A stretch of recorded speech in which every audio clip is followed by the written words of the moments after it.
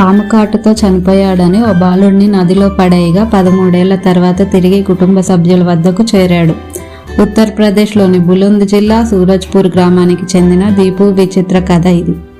దీపు అనే 13 సంవత్సరాల బాలుడు తన ఇంటి సమీపంలో గడ్డివాము దగ్గర ఆడుకుంటూ ఉండగా పాము కాటు వేసింది. హాస్పిటల్కి తీసుకువెళ్లగా చనిపోయాడని వైద్యులు తెలిపారు.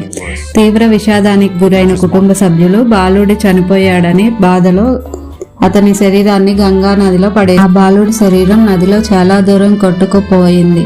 అలా ఆ బాలుడు నదిలో కొట్టుకొని పోతుండగా హర్యానాలోని బెంగాలీ బాబా ఆశ్రమంలోని కొంతమంది బాబాలు ఆ బాలుడి శరీరాన్ని ఆపి అతనిలో ఇంకా ప్రాణం ఉందని గ్రహించి అతనికి సేవలు చేసి అతనిని బ్రతికించారు.